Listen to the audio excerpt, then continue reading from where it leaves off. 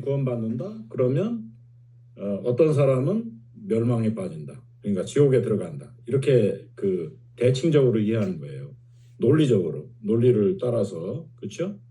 그렇게 해서 그것을 그 논리를 보증하는 것, 확실히 하는 게 뭐냐면 하나님께서 그렇게 예정하셨다. 그 이중 예정이라고 우리가 얘기하잖아요. 그래서 구원받을 자와 멸망받을 자를 하나님께서 예정하셨다. 이렇게 얘기하는 게 이중 예정설이란 말이에요.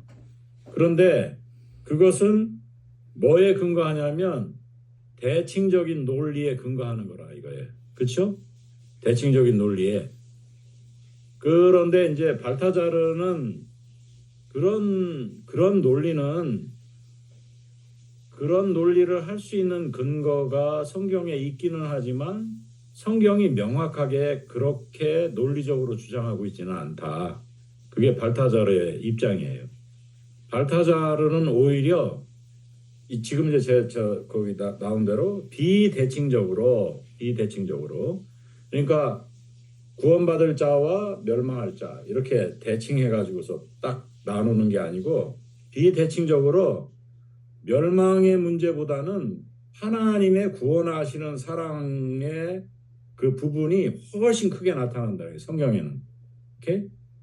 그러니까 비대칭적 여기는 하나님의 구원하시는 은혜는 크게 나타나고 그러나 멸망할 자가 있다. 조심하라. 이런 식으로 돼 있다는 거지. 성경의 얘기는. 그러니까 이 발타자르의 얘기는 여기에 이제 김진혁께서 써놨지만 발타자르는 이 구원과 멸망을 동시에 설명할 수 있는 논리를 자기는 찾을 수 없다. 그렇게 생각한 거예요. 우리가 하나님의 사랑을 막 열심히 전하면서 멸망을 또 전한단 말이에요. 그랬을 때 발타자르는 자기는 논리적으로 그거를 맞출 수 없다고 포기했고 그거보다는 성경이 우리에게 얘기하고 있는 우리는 그럼 어떤 태도를 가져야 하느냐 하는 것, 어떤 자세를 가지고 대해야 하느냐.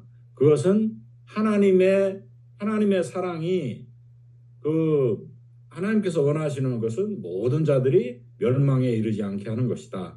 하는 그 말씀의 입장에 서서 증거를 해야 된다는 거지. 그게 이제 발타자르의 입장이에요. 그래서 이걸 비대칭적으로 지옥에 대한 얘기가 없다는 게 아니고 또 그 다음에 흔히 이제 그래서 발타자르를 만인구원설이라고 얘기하는데 이건 엄밀한 의미에서는 만인구원설은 아니에요. 왜 그러냐면 만인구원설은 대칭적인 어떤 사람 구원, 어떤 사람 멸망 이런 것도 아니고 이것을 다 없애버리고 모든 사람 구원 이런 논리적인 얘기가 아니고 하나님의 사랑은 모든 사람을 구원할 만하고 그것을 원하신다 하는 그런 태도를 갖는 거지 모든 사람이 구원받는다 이거는 아니란 말이에요. 그러니까 논리적인 입장이 아니고 하나님께서 가지고 있는 하나님의 사랑의 태도를 강조하는 쪽으로 가져야 된다는 거예요. 그리고 가장 중요하게는 거기에 모세와 바울의 태도를 거기 얘기하고 있는데 그게 굉장히 중요한 포인트예요. 그리고 저는 어렸을 때도 이런 설교를 들은 적이 있어요. 이런 입장에서. 그러니까 심지어 이제 우리 민족에게 이제 연결한 거지. 우리 한민족이 구원받기 위해서는 내가 지옥에 빠져도 좋을 만큼 하나님께서 좀 구원해 주시기를 바라는 그런 목회자의 그런 설교들을 어렸을 때는 들었는데 요즘엔 들어볼 그런 틈이 없어. 거의 들어보지 못했어요. 아마 생각해보면 어렸을 때 그런 얘기를 들은 적이 있는지는 모르겠어요. 아마 보셨을 거예요. 근데 예전에는 그런 설교도 유행했었거든. 근데 그런 입장이에요. 그러니까 이 사람 전도자나 또 목회자가 설교자가 가져야 할 중요한 입장은 저 사람들을 하나님께서 사랑하셔서 구원하시고자 하는 그 의지가 사랑의 의지가 그렇게 크다는 쪽에 강조를 두고 그 태도를 가지고서 우리가 살아가야 된다.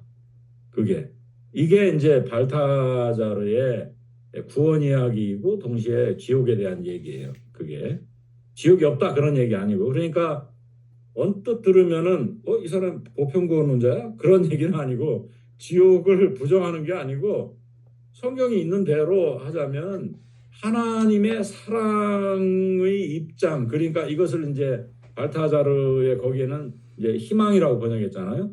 그런 희망을 가지고 그런 소망을 가지고서 우리가 살아가고 또 그렇게 전도하고 목회하고 그래야 된다는 것. 그것을 발타자르가 얘기하고 있는 거죠. 그렇죠? 그러니까 하나님의 은혜와 하나님의 사랑의 포커스가 비대칭적으로 훨씬 크다는 거. 예, 딱 이렇게 균형을 딱 잡은 게 아니고 이중예정론처럼. 그래서 이제 앞에 나온 게 이중예정을 언뜻 비친 사람이 이제 어거스틴인데 그분이 정말 잘못했다. 왜 그걸 형식 논리처럼 그렇게 맞춰가지고 그 얘기를 했냐. 그 성경의 주장은 형식 논리를 만들려는 게 아니라, 그러니까 멸망하는 자가 있을 거다라는 경고가 없다는 게 아니고 그 경고 자체가 하나님의 사랑에 대한 강조로부터 나왔으니까 우리는 거기에서 그쳐야 된다. 이게 이분의 그런 생각입니다. 그래서 여러분들이, 그러니까 저는 그래요. 이런 얘기를 이제 들으면서 옛날에 이제 들었던 설교도 생각하면서 따져보는 것은 우리는 이제 칼빈주의자니까 이중예정론을 견지하면서도 그러나 이렇게 그 발타자르가 설명하는 그런 애티튜드를 가지고, 그러니까 어떤 사람은 냉정해져 가지고서 우리가 어떤 사람은 구원받고 어떤 사람은 멸망한다 이런 식으로 해가지고 우리의 그 사랑의 태도를 제한하는 경우가 많이 있거든요, 사실은. 그러니까 그거보다는 훨씬 더 적극적으로 더 많이 죄인에 대해서. 그래서 심지어 하나님의 사랑이라는, 원수까지도 사랑하는 하나님의 사랑이라는 것을 생각해 볼 때 정말 우리가 가는 천국에 정말 안영근 목사님이 정말 꿈에서도 나타나는 그런 그 자기에게 상처를 주고 모욕을 준 그런 사람이 같이 거기 있다. 그 원수처럼 느껴질 만한 그런 사람인데 거기 있다. 그런데도 그런 원수도 하나님의 사랑 안에서 용해될 수 있는 그런 천국이야지, 그런 원수는 하나도 없는 우리들끼리만 가는 그런 천국이면 좋겠느냐, 이 얘기예요.